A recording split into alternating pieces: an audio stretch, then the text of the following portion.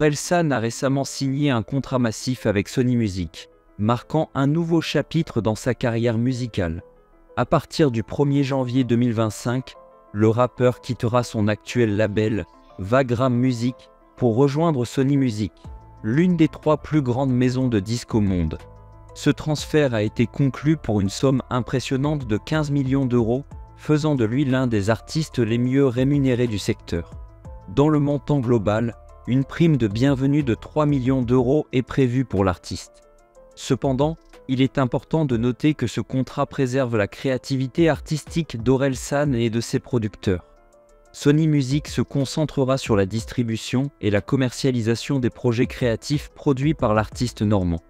Dans le cadre de ce contrat, Orelsan devra livrer 2 nouveaux albums ainsi que du contenu multimédia diversifié, ce qui pourrait inclure des documentaires, des films et d'autres créations artistiques. Il y a quelques semaines, Gringe a donné une interview à Combini au cours de laquelle il a discuté de sa relation avec Orelsan. Il a partagé qu'ils se sont rencontrés alors qu'il effectuait un stage de fin d'études dans un magasin de skate à Caen. Et c'est dans ce skate shop que tu as connu Orelsan? Ouais, on s'est croisés vite fait en soirée, on s'était vu de loin, tu vois, mais je savais on savait mutuellement qu'on était dedans, qu'on rappait et tout, et je l'ai vu se pointer. Lorsqu'on lui a demandé s'il avait ressenti de la jalousie au début du succès d'Orelsan, Gringe a répondu.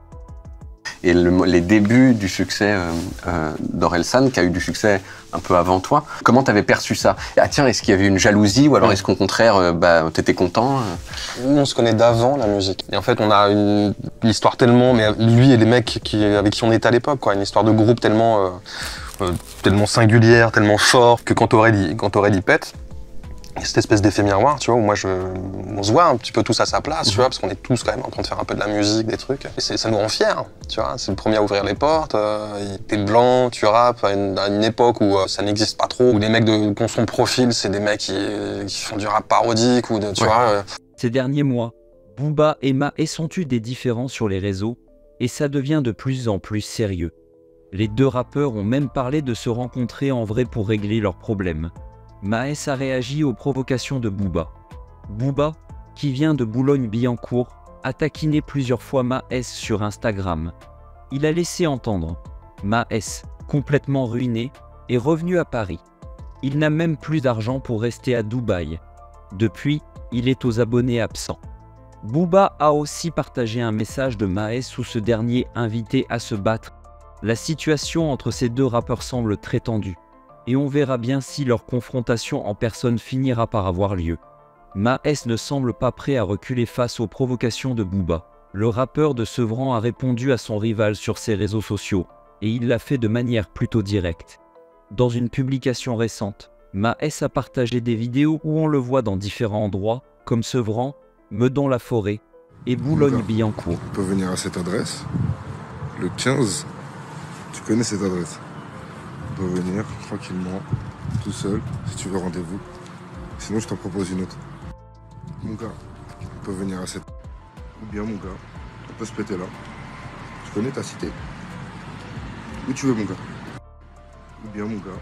Il a commenté la publication en disant « Booba, je trouve ça un peu ridicule, mec. Les vrais rendez-vous ne se font pas en story.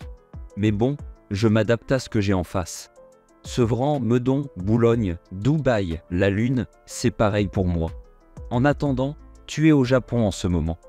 Profite des petites minutes jusqu'à ta venue dans le pays de Macron. » Cette publication a attiré l'attention, et Booba a répondu sur Twitter en disant « Maes, comme si tu allais faire quelque chose, grand clown. » Il a ensuite ajouté « C'est plus Maes, c'est GPS. Va faire la même vidéo à Sevran Bodot chez toi, là où tu ne peux pas aller. Tu vas finir à la boutique Kunkut comme ces 2 B, grand clown. » Le conflit entre ces 2 rappeurs semble loin de se calmer, et leurs échanges sur les réseaux continuent de faire parler. On attend de voir ce que l'avenir leur réserve. L'année 2023 continue d'apporter son lot de surprises pour les fans de Ninho. Récemment, Adidas a annoncé que le rappeur avait été sélectionné pour devenir l'un des visages de sa toute nouvelle campagne. Ces derniers mois, Ninho n'a pas chômé.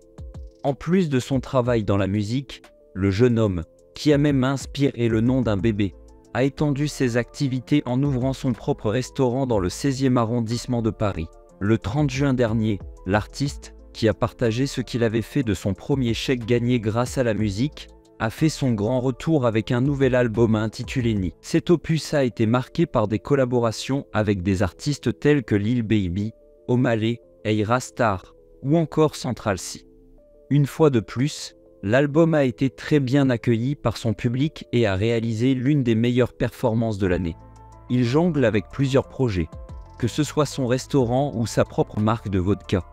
Récemment, le rappeur a ajouté la mode à son tableau de chasse, car Adidas a annoncé qu'il faisait partie des visages de la nouvelle campagne Adidas originale. Parmi les autres personnalités de cette campagne, on retrouve des noms tels que Jenna Ortega, Zidane et David Beckham. Une affiche géante a même été placée dans une vidéo fictive devant la Tour Eiffel.